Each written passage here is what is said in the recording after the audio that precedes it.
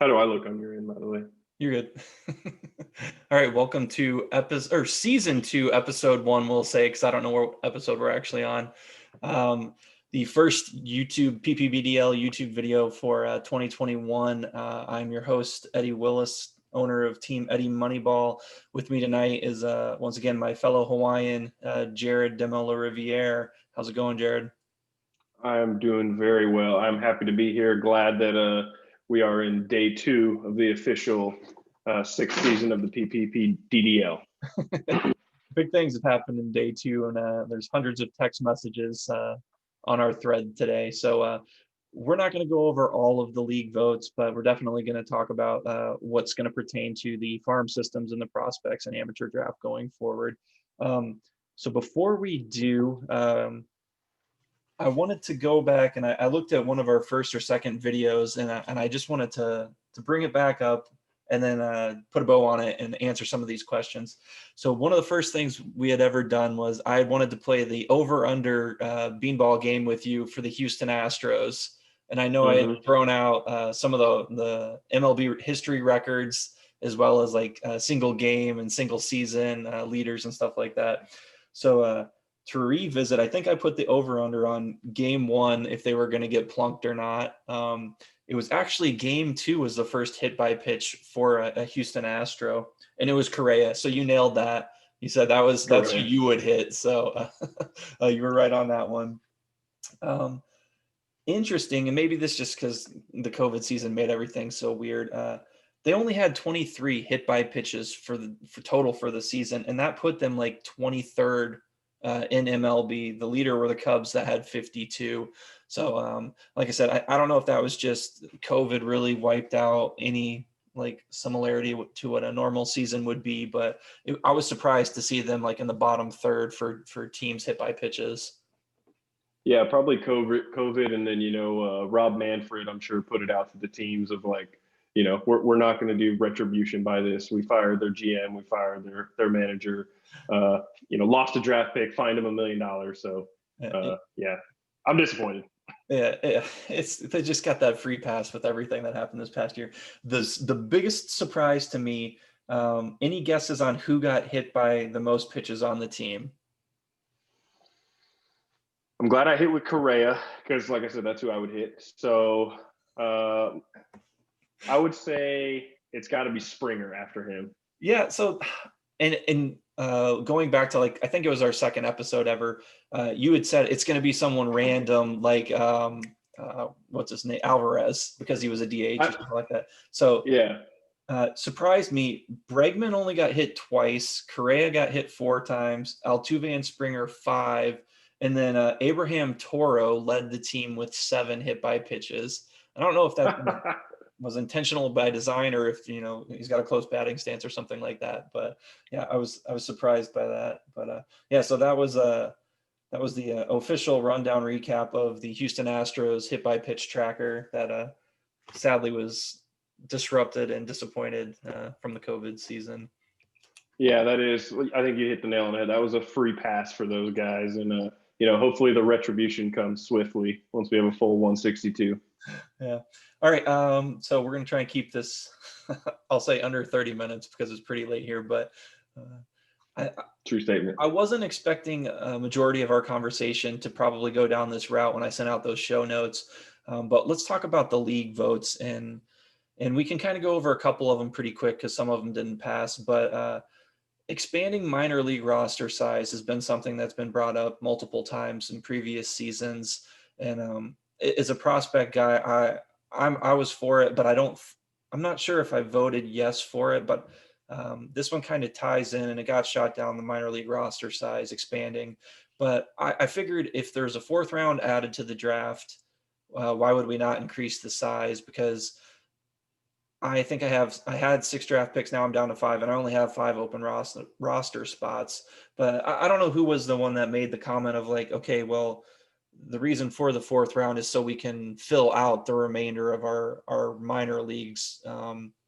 I can pull up and while you're talking, just figure it out. But yeah, it made sense to me when that was put that way. Like, hey, we've got a lot of empty roster spots, and we only get 2 or 3 picks a season. Some of us did accumulate more picks, but it makes sense for the teams that don't have the picks. And I'll discuss one of my comments later. But yeah, what were your thoughts on expanding minor league roster sizes as well as the fourth round? Oh, the minors is such a touchy subject right now, as evidenced by the group chat. Yeah, I mean, anytime you expand something like adding another round, you'd think we kind of have to go hand in hand with expanding slots, to fill those players.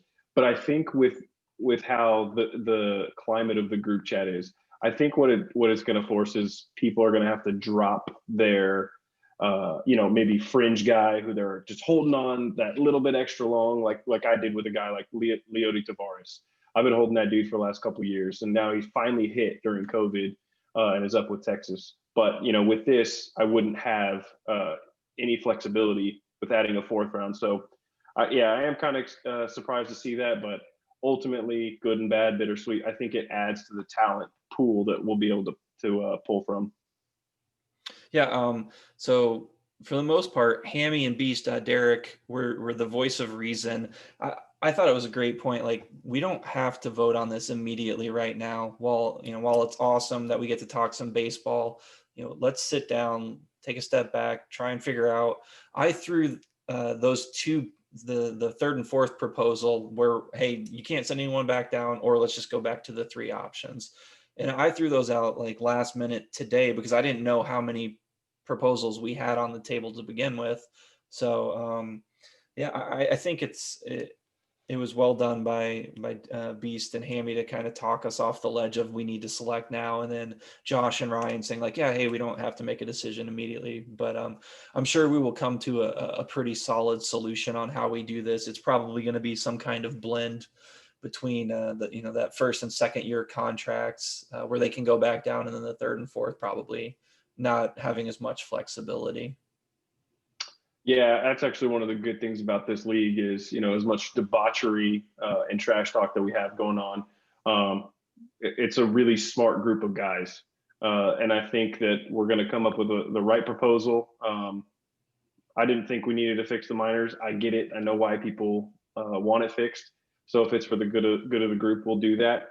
And yeah, I think it's genius that we'll take a step back, excuse me, and then try to find out what the exact right thing to do with these minor league rosters are. Yeah, I think we've essentially gotten pretty close to eliminating streaming, which has been a loophole any chance some of us can get to, whether it's just the regular options that we had a couple of years ago, or with these minor leaguers being able to do that. Could you clarify? And I didn't read enough into the text about. There was a comment saying essentially now we're only on a 2-year rookie contract, and then how does the service time play into this? What are your like interpretations of this if we went with proposal 1 or 2? Yeah, so it got real murky, and I'm glad we had a few other guys throw out their interpretations of it as well, because it looks like the first 2 years you kind of have almost free reign. Like, if a guy's up, you have the freedom. I think one of the guys mentioned if you don't know he's an established big leaguer, you can send him back down to the minors and you're good. But essentially, year 3 and 4, he can start in the minors, but then if you pull him up for the season, he's up. Or you just essentially have to cut him. So almost like a Rule 5 draft for the real big leagues is you grab this guy and then he's got to stay on your roster the whole time. I'm glad we banned the streaming, like you said. I actually remember Allen picked up like 7 pitchers and then dropped them all because he dropped all his big rookie guys down. So streaming, that, I'm glad that's gone. But yeah, the proposals are going to be wild, especially with you're going to have to almost have a second spreadsheet for the commissioner, yourself or the assistant commissioner, to track what guys are in what window, who can move when, how many times, did they move up, so on and so forth. So I think this is another one we're going to need to, like you said, sit back and digest and come up with the right solution for the league. Yeah, Looking at it more, so I went with the fourth option of where we just only the rookie contracts can go down for three options. And like I said, I'll gladly try and track that just because I think that's the closest to real life baseball where you get those three options. But I understand, Josh not wanting to have to track that. And even if somehow it passed and I was tracking it, that's still something that I have to relay to him every single day. So I understand how tedious that could become. When we look at like prop 1 and 2, if it's rookie, rookie 1 or rookie 2, looking at it, how likely is it that you're going to, I guess you called them up, but that rookie 1, it's such a hit or miss that first year, right? Even in the second year, you're really not sure if you're getting that stud ace or if he could regress now that they've got some tape on him. So I think that streaming is definitely going to be limited with whatever route we go with this, which I think was kind of one of the end statements or end states that we were looking for with fixing the minors. Yeah, and essentially, I think it was Derek who said that. Derek or Hammy was saying that what you're doing is you're essentially streaming. You're just using a second roster. So you just have two rosters that you pull from, which I'm guilty of it. If Tatis had an off day, I'd swap him down to the minors and throw Turner at shortstop and somebody else at DH. So it's not perfect. I don't think it's gonna be perfect, but I think we're getting there. Because like Ryan C said in the group chat, viral load, nine people wanted to change the minors, and so that's everyone. So 75% of the league wanted to change it, so I'm on board to make this as good as possible. Yeah, and odds are we're going to have this exact same conversation in a year from now when we're figuring out or fixing, one final thing to close the loop. But yeah, my other thought on it was you're going to have a second tracker because you're going to have to know when the dude was drafted. You're going to have to know when his contract was started. You're going to have to know which first 2 year guys, a column for the first 2 year guys, a column for the year 3 guys, a column for the year 4 guys.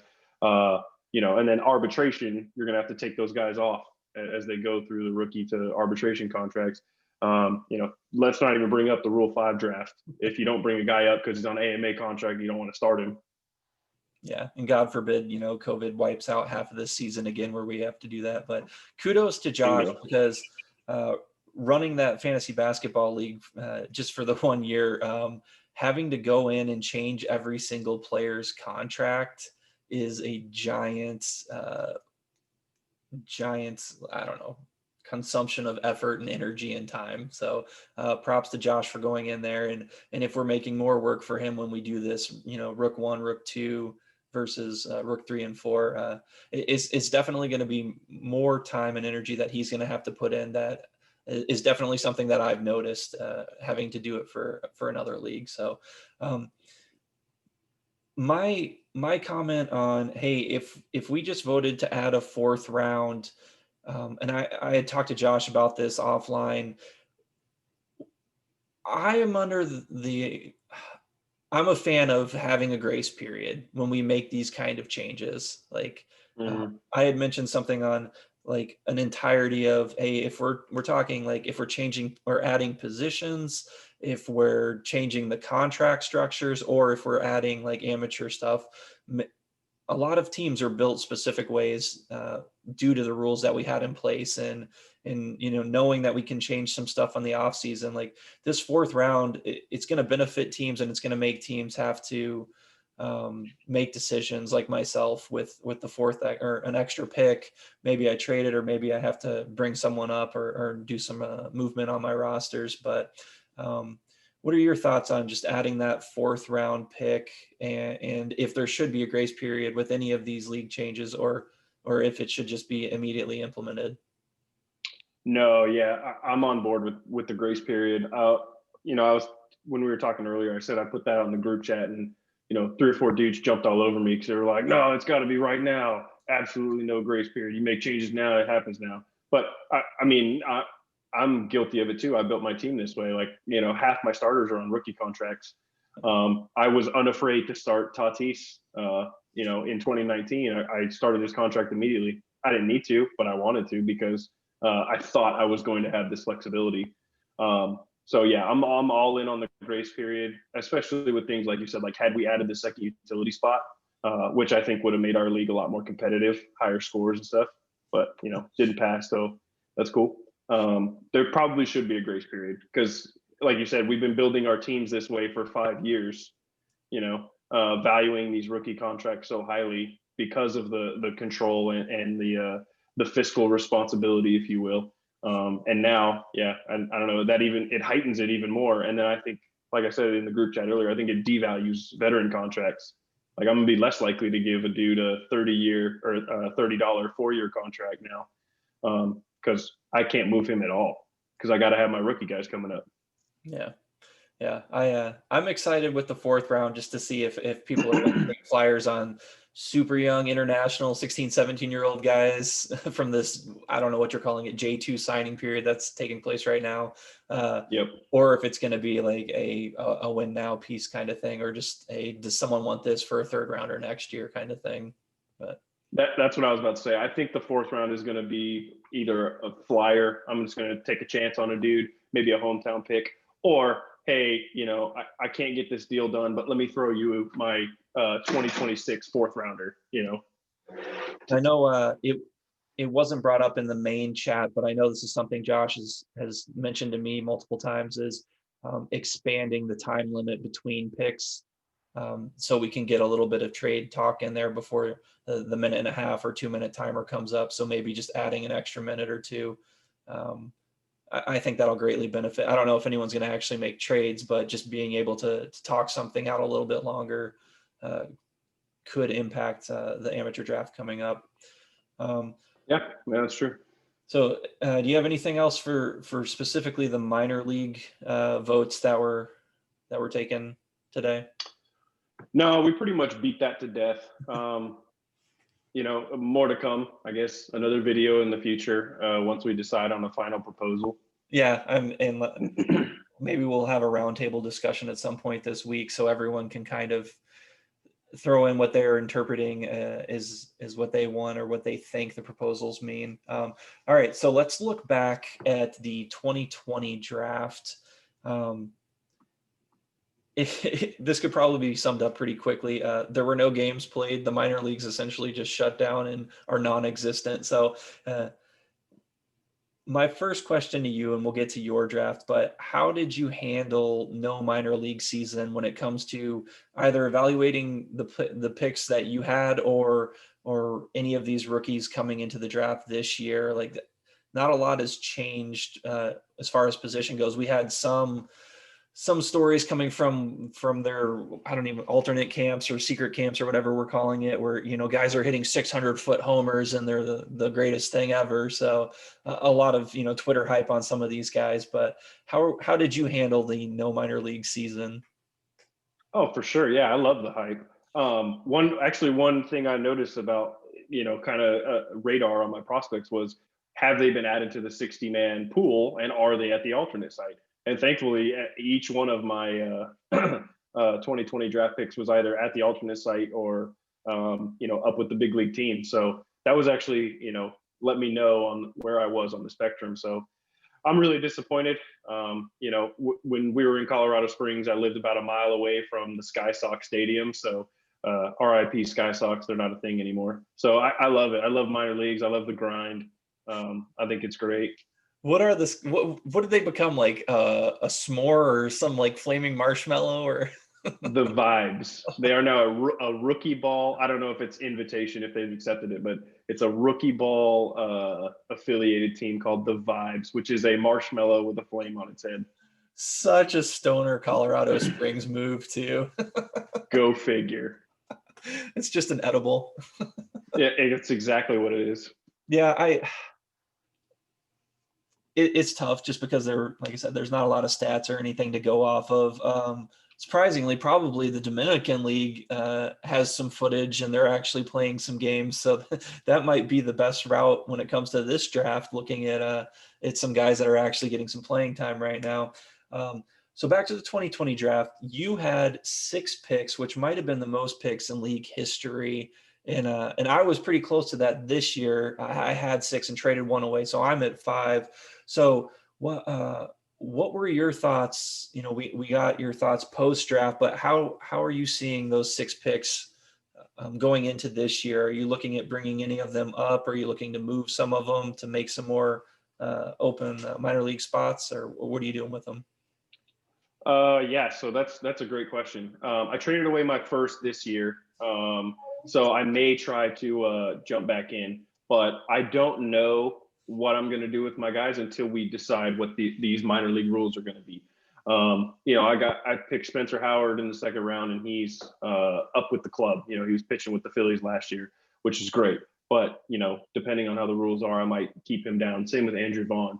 Andrew Vaughn's being floated as like the DL slash Sunday day game first base starter spell Jose Abreu. My third pick was Riley Green. I actually flipped him to Hammy because I wanted to get Alec Baum. Alec Baum up with the Phillies. He's going to be my heir apparent to Arenado. Dude's just a stud. Yeah, and then Corbin Carroll, Nick Lodolo. I'm kind of just hoping to hit those dudes. Hope they hit. And then, yeah, I don't know how to handle it really. If there's no minor league season, I don't know how. I'll have to rely on RotoWire and every other prospect evaluation tool. Hey, so I will say, I think I've got 7 early prospect lists going into this year compiled. And I think the biggest riser was your boy, Corbin Carroll. He's just skyrocketed up the rankings. So you might finally have that outfielder that you've been looking to get in these minor league drafts. But yeah, that was definitely, Carroll was a huge mover up the ranks for me on that. Yeah, there's just not a lot to talk about because no one really played. Dylan Carlson got the call up, and if you ask me now, like, do I still think he's that 2020, 25 kind of potential? Yes, it's still there. Yes, I think he's one of the better picks, and I think Hammy's got a real stud there. But other than that, there were just not a lot of call ups. You had mentioned Baum and Howard getting the calls up. It'll be interesting to see if any of these guys make it to the majors this year, if it's a fuller season, or if they start on time and they have the full season, will any of these guys get the call up again, or if they're just going to remain down at whatever they're going to call alternate site or minor leagues, if they're going to happen or not. Let's see. Yeah, I don't have a lot to say about last year other than like it was a stud draft. It was so top loaded, and then there were just great steals and finds in the second round. I'm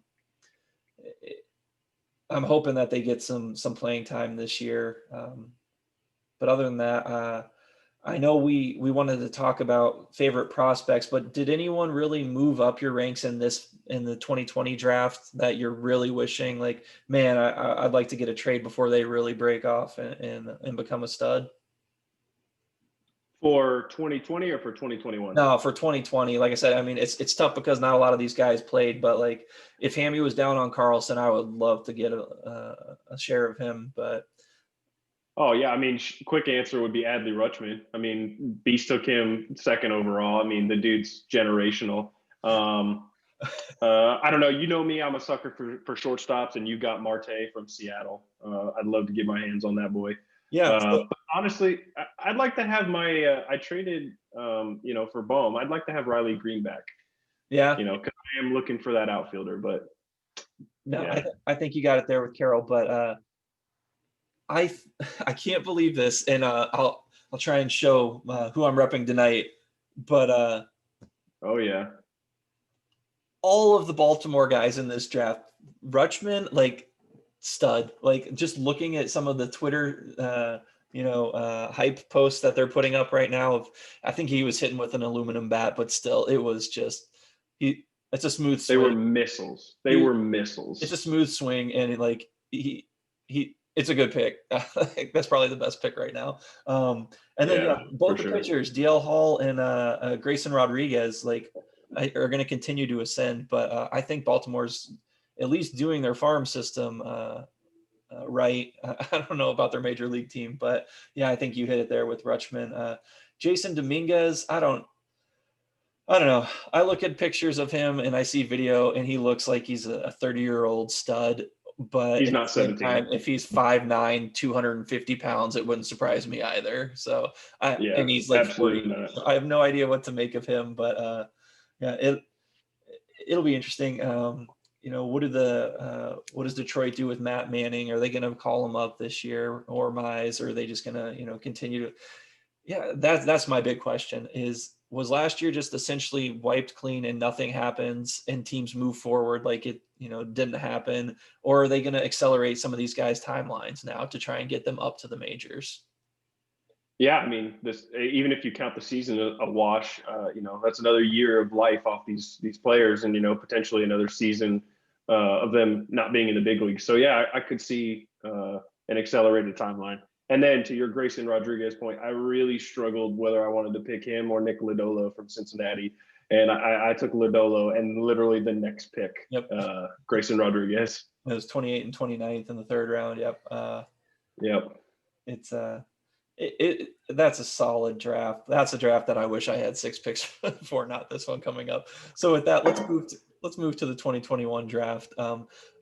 I know I've mentioned multiple times what a dumpster fire of a draft this is, and the more and more I'm looking at it, it's probably not as bad as I'm making it out to be. Hey, buddy. Sorry. One of my little. No, you're good. This is Jack. Oh, hello, Jack. Good to see you again. So let's get your thoughts on, obviously Tork's going 1-1. Where do you think the next couple picks go? And I'll be right back. Yeah, if I had to guess, you're going to have a mixture of the next 3 picks of Austin Martin, maybe Asa Lacy, and then probably Zach Veen, my dude from Colorado. Depending which ranking system you use, like Eddie said, he's got 7 lists. I was actually just gifted a RotoWire subscription, so I'm using RotoWire, and then I use 5 others on an Excel spreadsheet, all combined. But if you go with the first year player draft rankings, most of these guys fall pretty far down. So quick recap for you, Eddie. I said the next 3 picks would be a mixture of Austin Martin, Asa Lacy, and Zach Veen. And then depending how you evaluate them, the top 5 picks end up with Nick Gonzalez at 27th overall, and then Tyler Freeman at 28th overall. So really, like I said, I'd like to jump back in the first round, but I just think after that draft we had last year, it was just so high and the talent was just ridiculous. I think expectations have to be tempered. No minor league season, and then temper our expectations for what 2021 should be. I mean, not a bad draft, probably an average draft, but yeah, it's looking at it. Yeah, I've got Tork, Martin, Gonzalez, kind of consensus top 3 there, at least on the 7 sites that I have averaged right now. I think we're going to see a ton of pitching go early compared to last year.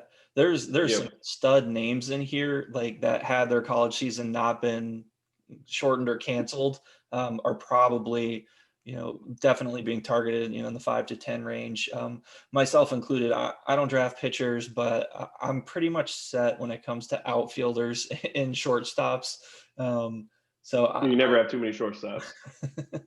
I've got enough of them now, but I'm assuming Tork's gone, Martin's probably gone, and then it's a matter of did you say was it Ha-Sung Kim?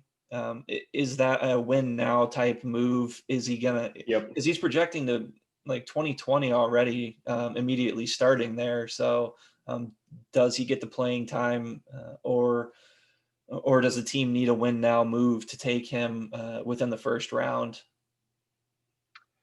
Yeah, that's absolute. Oh, well, hold on. Depending on what we do with our minor league contracts and rosters, could be a win now move. But yeah, you'd assume whatever team takes him is slotting him in, because he's going to slot right into that starting lineup in San Diego. It's deadly, it's dangerous up and down. So sucks for whoever owns Cronenworth, because Cronenworth had a really nice season. But baseball is business, and anytime you can upgrade, even if it's from the international side, you got to do it. Yeah, and Cronenworth has like 3 position eligible for this year as well. I'm going to try and figure out who actually owns him right now, because I know Josh had said like he was trying to get him in a trade, or if he's just an RFA going into this off season. I think it's Hammy who has him, and I do believe it's an RFA.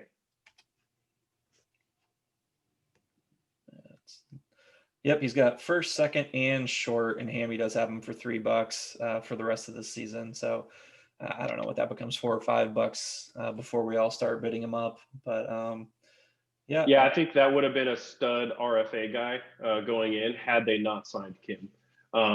Because at this point, where does he play? Where does he play? And then when does he play? Because at the corners, you've got, almost $500 million tied up there with the Padres. And then Tatis, he's the man. Kim's going to play second. I don't know. Maybe he spells Will Myers. Maybe he gets some left field time. I don't know. yeah. Will Myers just constantly always there. Yeah, so going back to those pitchers, like I think Lacey, Meyer, Gilbert, Kirby, Hancock, all those guys, like I think there's a lot of pitching value in this draft, and I'm probably going to take one or two in the first round myself. I think we got to talk about your boy Zach Veen, because I'm not sure he's going to fall past 1.5. With myself, I know I don't need any more outfield prospects, but like just immediately, if you can associate your name with being in Coors Field, it's really hard to try and, fall out of the first round. So where do you see Zach Veen going? Yeah, he'll go in the first round for sure. I'm trying to trade up, and hopefully Irby concedes and just lets me have 1.6, and I'll take Veen at 1.6. But yeah, for all the hate, obviously I am a homer. I love my Rockies. For all the hate that the Rockies get, they are actually very good at developing players. You talk about Charlie Blackmon, Nolan Arenado, Trevor Story, then go back to guys like Todd Helton, Ubaldo Jimenez. So yeah, Zach Veen, anytime you can play their fantasy, you're going to be talked about. And that you talked about the swing of Adley Rutschman. When they drafted Zach Veen, I went and watched, a couple YouTube videos of him. That kid can swing. And, anytime you got a lefty bat with some loft to it, that launch angle, if you will, that's going to play well in Colorado. Yeah. So just kind of a quick rundown, and I'm going to try and figure out how I can share this either on Josh's master or whatnot. But I have all of the breakdown for each person and where they're drafting, to include where the trades with whatever teams. So right now, going into this draft, I have 5 picks, which is the clubhouse leader. New owner Alex Titty Sprinkles, he's got 4 picks. 2 in the first round. Bad Specimen has 4 picks, 2 in the first round as well. And then pretty much everyone else has 3 picks. And then a couple guys have 2 picks. A lot of those are in the second and third rounds though. So I know yourself, you've got 2 picks pretty late, 20 and 36 right now, and you're trying to work back up. But I think there's going to be a lot of value in those later round picks as well. So where do you see like Alex going? And I know we're going to talk about him after this draft, but specifically for this draft, he's got the 5th, the 9th. We'll just go with the 5th and the 9th. Those first round guys. What do you see him doing? Not really knowing much about his style when it comes to fantasy. Where do you see him going? Well, I mean, he's kind of half and half with the team he's been given. He's split between hitting prospects, and then he's got a few of the high end pitching prospects. But like you said, Whitley and Matt Manning, that's kind of an enigma. What's going to happen with them? My guess would be he's probably going to try to fill out outfield, because outfield was super heavy, and then in our league. Second base, excuse me, is another one that's high. With Tyler Freeman probably falling closer to where he is, with Nick Gonzalez most likely being off the board. So I guess his first round picks will be either an outfielder and a pitcher, or an outfielder and a infielder. That would be my guess. And then obviously he's going to have to do some work coming into the veteran and RFA draft as well. Yeah, so this isn't the the specific farm preview for his team, but because he's the new owner and he's been making some moves, I just really wanted to kind of highlight some of the things that Alex is doing and where I think he's going to take his team. So he had a huge blockbuster trade. So he inherits a team that was an Angels homer, and he's got a lot of those solid, good Angel players. But you got Mike Trout sitting on his final extension year.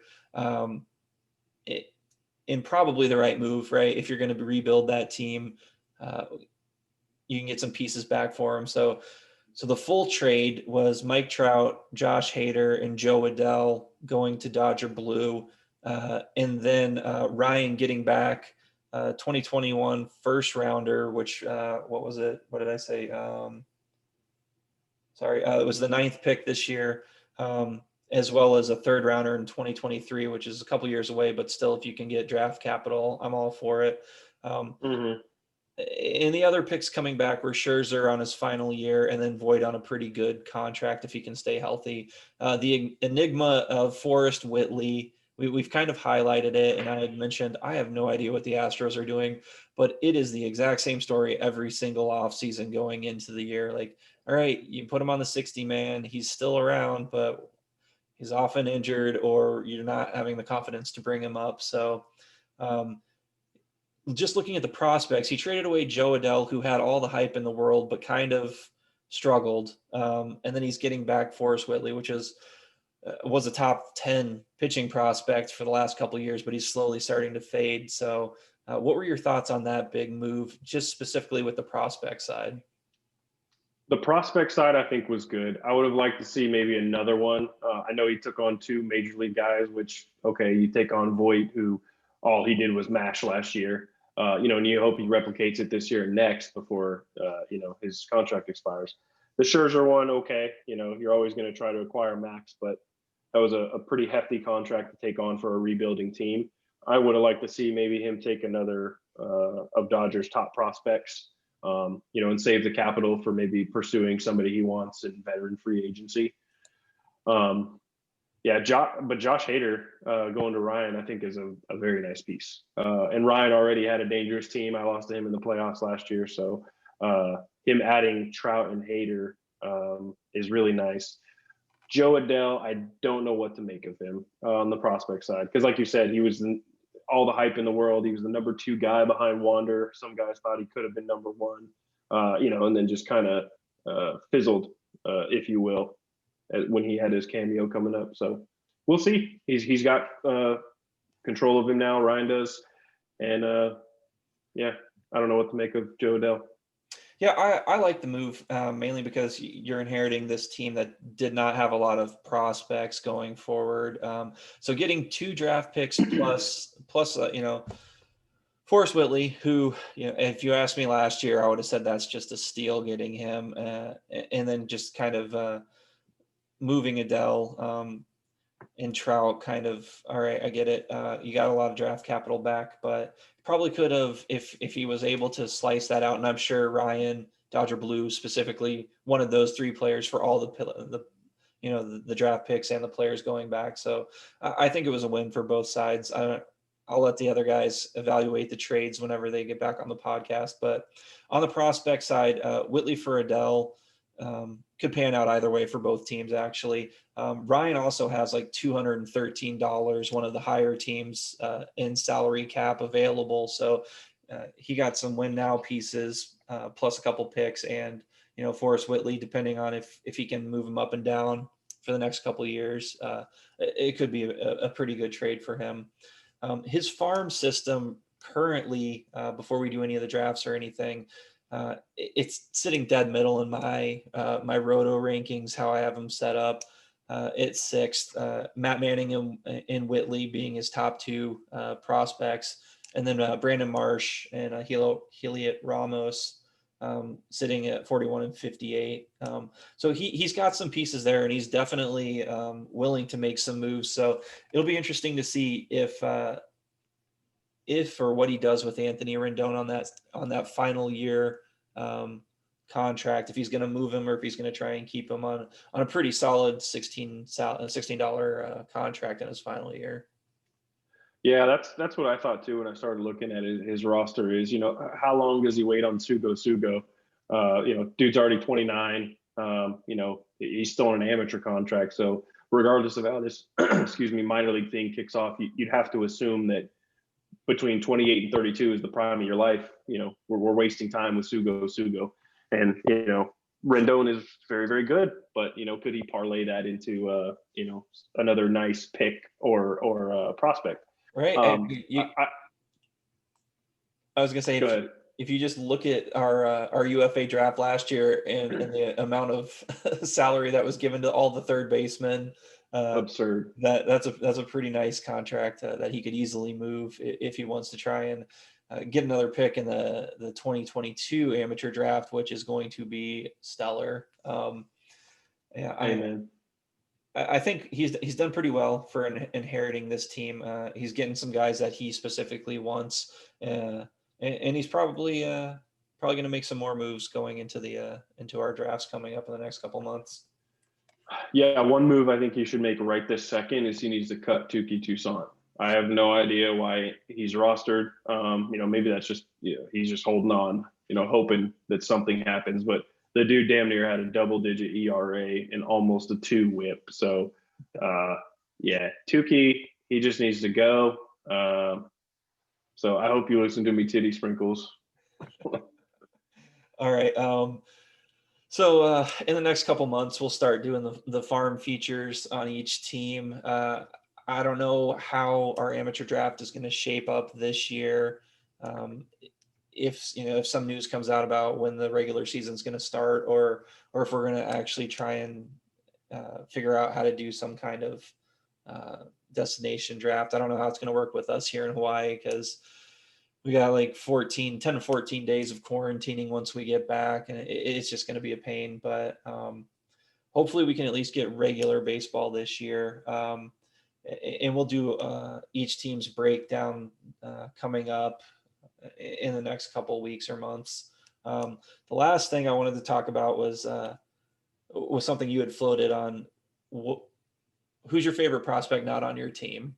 I'll let you go first, and if you got a couple names, feel free to throw them out. I know we've already mentioned Rutschman, which is probably my top pick just because of the catcher position and how well he's looking. But if you've got other guys a little deeper, or who you're looking to try and trade or target, the floor is yours. Yeah. So for this one, I wanted to try to go not obvious, right? So Adley Rutschman, great. Wander Franco from Irby would be another good one. Dominguez maybe, or J-Rod or Kalenic from Seattle. Yeah. So I tried to go a little deeper. One guy I absolutely loved last year, and Hammy/Hopper was nice enough to take him, was actually JJ Bleday. College bat. I just loved it. Miami's young. They're doing good things. The old first to worst, from basement to playoffs. So that was one of my favorites. I really, really like him. And then this one's not as deep because he is considered, kind of one of the top more prospects, but CJ Abrams from San Diego. I don't know where they're going to put him. I don't know when they're going to bring him up, but 80 grade speed is just absurd. I can't believe that San Diego didn't have to give up any of their top prospects in this little trade frenzy they went on. Like at this point, they're kind of screwing the current prospects they have because there's nowhere to play these guys. That's what I mean. So even if, say he comes up 2022 or 2023, which is what I've seen the most projections for him, you still got Kim. You're going to probably have to pay Tatis at that point. So I don't know. His power speed tool is just ridiculous. And honestly, I would have taken him had I not gone with Bobby Witt. Because I think it was Ryan took him either right before or right after I took Bobby Witt. Yeah, it was like 3 or 4 of those shortstop prospects went in a row at the end of round 1. So I could pretty much say any Baltimore guy is someone that I'm coveting and looking at. Definitely Rutschman, but DL Hall as well as Grayson Rodriguez were big names for me. A couple other guys that I really like. Brian Mountcastle really started to come on last year as well. So true statement. Josh is just nailing it with minor league pitchers, like Sixto Sanchez coming up and just throwing dimes. Like, I don't know. It's like the rich get richer when it comes to cheap, controllable contracts and pitching with Josh. Um, I think he traded for Sixto, if I remember correctly. I'll have to look, but yeah. Yeah, a lot of the pitchers I'm coming around on mainly because they're having a lot more success than I was expecting, coming right up and kind of dominating. I think the big names are because like I drafted a dude like Lois Saiga from New York, thinking like, okay, this dude's going to slot into the rotation.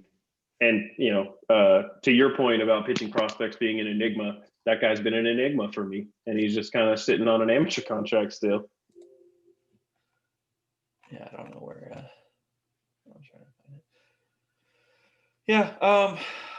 Yeah, I pretty much went out of my way with a lot of my picks, grabbing them a lot earlier than I want. So I think most of the guys on my minor league, outside of Acuna's little brother, that was just a dumb pick at the end of the draft last year. That's awesome. I'm pretty set with some of the guys that I have and where I got them. But yeah, pretty much all the Baltimore guys are guys on my radar that I was not expecting to take up a lot of my time when it comes to looking at prospects. And then I think the big breakout is your Corbin Carroll. Like I said, the early draft rankings and amateur prospect ranking lists love this guy. I think last year, let's see, he came in at like the 56th best prospect, and they've got him in like the 20s right now. So he's up there, especially with none of these guys really moving up into the majors or having a season. So everyone's high on Corbin Carroll, and so am I. Yeah. So real quick, funny story. I was really big on Carroll, but I also liked Alec Thomas. Yeah. And I was like, oh, that's nice. So I took Riley Green at 16, and then I think the next pick, or no, 2 picks later, I think Josh took Alec Thomas, and then immediately after Alec Thomas went, I took Corbin Carroll because I couldn't let him fall any further. So yeah, Corbin Carroll, if he pans out, I'm gonna be really excited. Not just for fantasy, but boy, Arizona needs some help, and I hope that Corbin Carroll is the one that's on the way to help them with that. Yeah. So just I couldn't get over it. Sixto Sanchez, Josh drafted him with the 12th pick. Oh, he did in the 2018 draft. So crushed that one.